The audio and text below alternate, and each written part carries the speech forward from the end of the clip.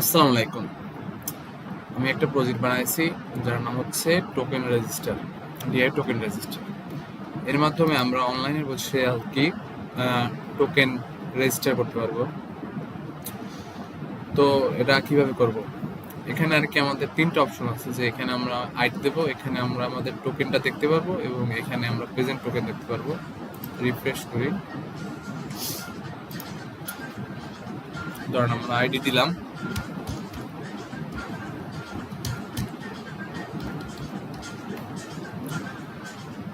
Enter দিলাম, আমার ID আছে। এখন আমি যখন এটা রিফ্রেশ করব, এখানে প্রেজেন্ট টোকেন দেখাবে, কেননা আমি আইডি দিচ্ছি, তো আগে তো আমার আগে কেউ ছিল না, তাই প্রেজেন্ট টোকেনে এটা দেখাইছে। এখন আমি যদি আরেকটা আইডি দিই, তাহলে আমার টোকেন নাম্বার এটা, প্রেজেন্ট টোকেনও এটা। কেন কেনতে আছে যে আমার টোকেন অ্যাডমিন তো হচ্ছে এই এই টোকেনটা নিয়ে কোনো কাজ করে নাই। হ্যাঁ, সেজন্য প্রেজেন্ট টোকেন এখনো পেন্ডিং এ আছে, সেজন্য আর কি এটা চেঞ্জ হয় নাই। এখন আমি ধরেন আমি আরেকটা রেজিস্টার করব,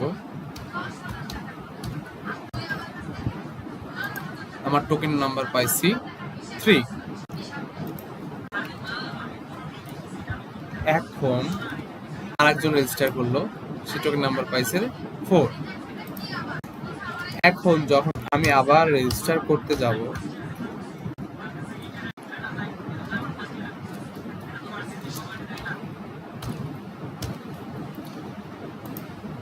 তখন আমার আগের টোকেন নাম্বারটাই শো করবে, কেননা এখান দিয়ে অ্যাডমিন হচ্ছে আমার টোকেনের উপর কোনো কাজ করে নাই। মানে আমার টোকেনের উপর কোনো ডান ক্লিক করে নাই, তাই আমার টোকেনটা আগের টোকেনই আছে, সেজন্য এখানে আগের টোকেনটাই শো করবে, আর প্রেজেন্ট টোকেন হচ্ছে 1। এখন ধরেন অ্যাডমিন হচ্ছে 1-এ ক্লিক করলো, তারপর ডান। এখন প্রেজেন্ট টোকেন দেখাবে 2, তারপরে ডান ডান। এখন আমার আইডির উপর কাজ করা হয়েছে, তো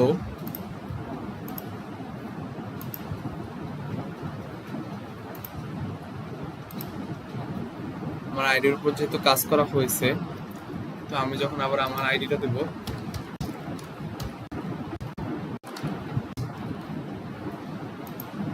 তখন আমি নতুন একটা টোকেন পাবো, আমি আমার আগের টোকেন পাবো না, মানে নতুন করে রেজিস্টার করতে পারবো।